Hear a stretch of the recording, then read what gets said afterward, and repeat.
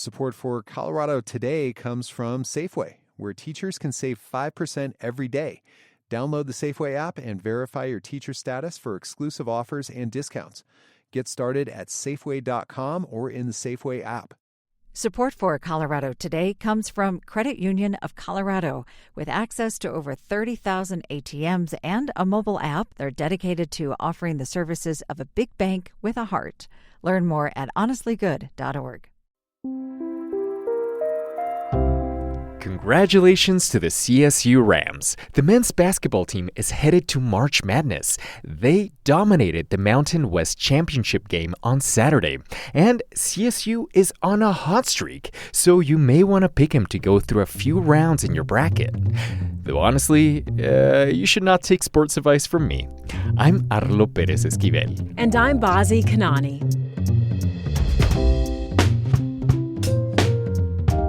President Trump is now using a wartime law, hoping to speed up mass deportations.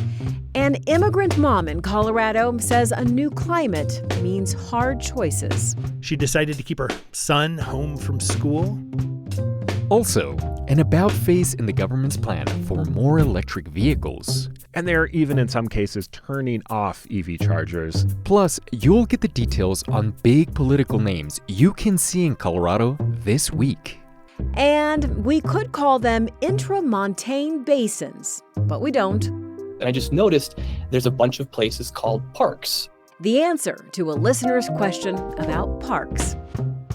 It's Monday, March 17th. Happy St. Patrick's Day. Here's the news in Colorado today. Deportations could speed up with President Trump's plans to use a very old law.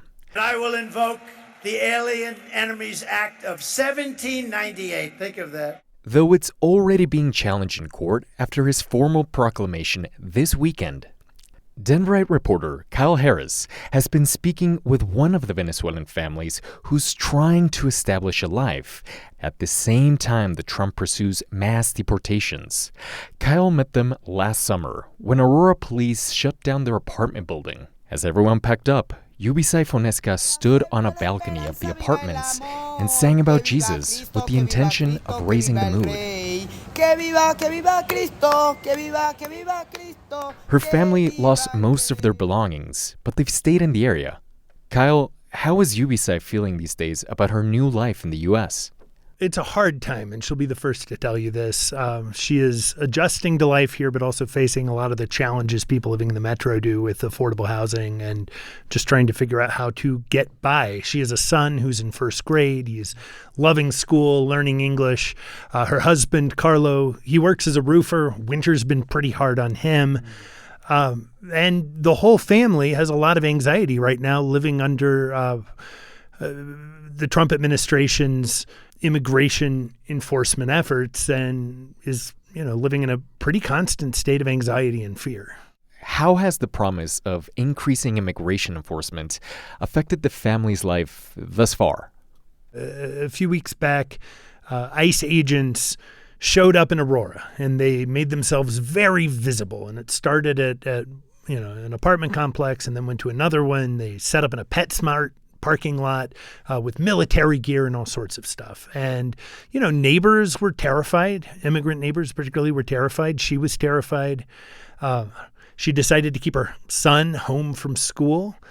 He has been really scared over the past few months about being detained by ICE in school. And, the Trump administration recently ended a sensitive spaces policy. This pretty much ensured that schools, churches, hospitals, those kinds of spaces were protected from immigration raids. And so, this first grader is right to some extent to be nervous, yet the school does what it can to protect the children.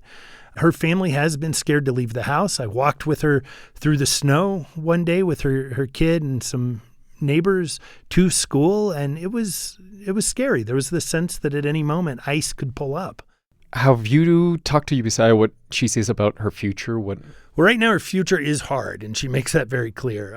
In part, that's because her landlord started an eviction process against her and her family because they weren't able to pay rent. Hard to get to work, hard to pay rent without work.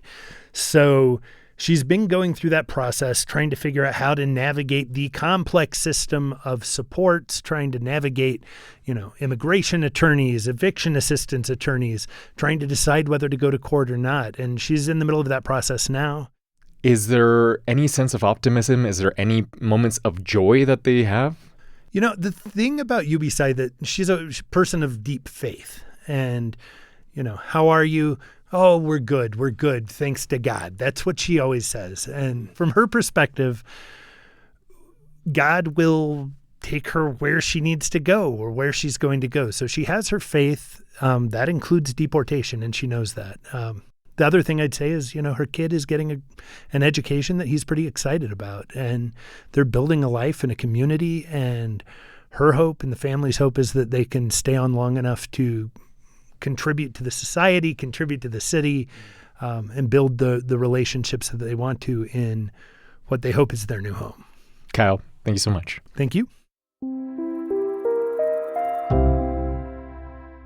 Electric vehicles were supposed to get a huge boost from the federal government. It owns a lot of cars, and President Biden wanted them to be electric. CPR's Nathaniel Miner has found out the extent to which Trump is reversing that and what it could mean for the electric car market.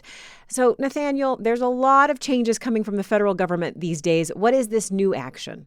So we're really talking about a couple different things. One is like explicit statements from the Trump administration, and others are like leaked memos I've gotten a hold of. And basically what they all add up to is that the federal government is going to buy a whole lot fewer electric vehicles than they were under President Biden. Not only that, they're going to build fewer electric vehicle chargers on federal property, and they're even in some cases turning off EV chargers. And that happened recently at the Federal Center in suburban Denver. And down the road, pun acknowledged, what will be the impact of that?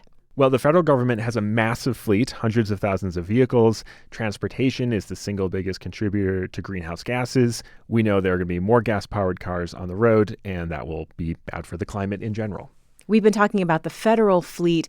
How do these changes align with Trump's moves on EV policy more broadly? I mean, they do fit right in. In general, the Trump administration has been pretty hostile to electric vehicles. They've already taken back billions of dollars in federal funding for charging stations, and some of that money was supposed to flow to Colorado.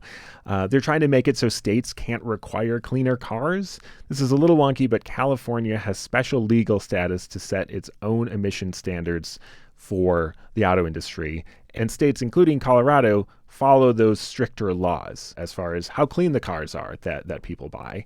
And then the third big thing, this hasn't happened yet, but keep an eye on it. Some Republicans in Congress are actually trying to kill the $7,500 federal tax credit for electric vehicles.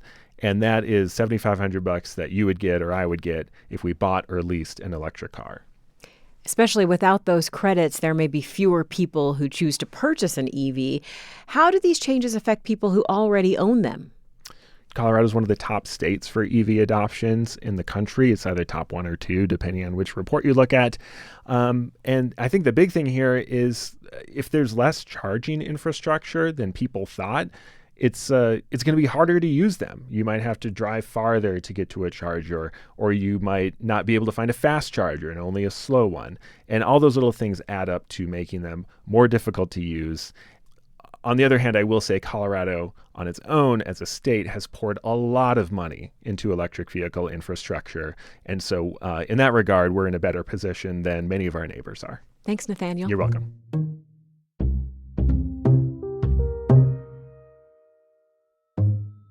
Looking ahead to later this week, Colorado's going to have some high-profile visitors in national politics. We're talking about Vermont Senator Bernie Sanders and New York Congresswoman Alexandria Ocasio-Cortez. They plan to be here on Friday. They're having rallies in Denver and Greeley.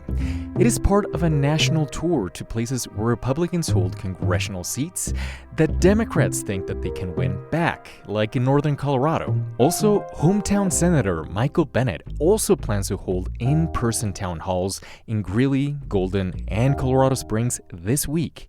CPR has reported Bennet is considering a run for governor. You may have driven through South Park or North Park.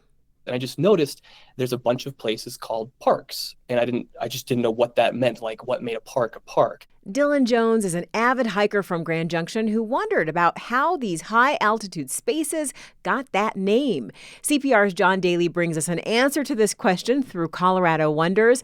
John, I would think of a park as a place for recreation, but that's not exactly what the term means when we're talking about all Colorado parks. Yeah, that's right. You know, in the high country, a park is really more of a reference to the geology of the land rather than how that land is used. I spoke with a professor in the geology department at the University of Colorado. Lon Abbott is his name. He explained that as mountain ranges formed, gaps also formed between them, and those gaps became basins between the mountain ranges. Those basins, those low-lying areas, are what we here in Colorado have ended up calling parks. And so what you've got is those are the parks, North Park, Middle Park, and South Park. And those are just, to a geologist, we would call it an intramontane basin. So intra is in between the mountains. Intramontane. I do like the sound of that. Very elegant. But those of us who are not geologists, we don't really use that term. Where did we get the term park? So, elsewhere in the West, little interesting tidbit here, those features got another name, a hole. So you have Jackson Hole rather than Jackson Park, for example. Okay. So I talked to History Colorado's Sam Bach, and he tells me that the use of the name park likely goes back to French trappers who came here to the Americas in the late 18th and early 19th century to hunt for animal pelts. He thinks that these areas, these valleys or flat spaces or basins, whatever you want to call them, surrounded by mountains, reminded them of literal parks that they had seen back home. When these trappers got to these parks, they recognized them as what they would think of as kind of a cleared land area, like would belong to, the king or nobles' hunting grounds, essentially, in England and in Europe. Bach told me that the word park comes from the French word parc that ends in a C, which is a reference to the place that's used for recreation.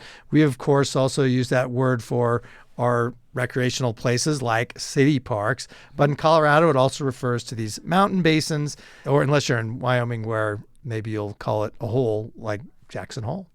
It just doesn't quite have the same ring, South Hole or North Hole. I think we should stick with the term park. Yeah, indeed. Yeah, and it made a good name for a TV show, too. Thanks, John. You bet.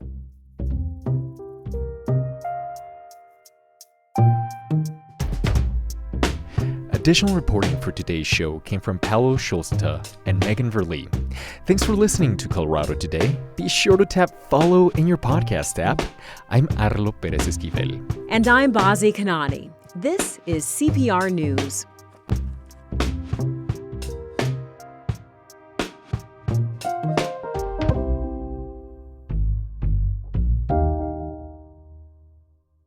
Support for Colorado Today comes from Safeway, where you can shop online and get easy delivery or free pickup. Get the same prices, deals, and rewards as in-store. Shop the weekly ad, clip deals, and earn points at Safeway.com or in the Safeway app. Support for Colorado Today comes from Credit Union of Colorado. With access to over 30,000 ATMs and a mobile app, they're dedicated to offering the services of a big bank with a heart. Learn more at honestlygood.org.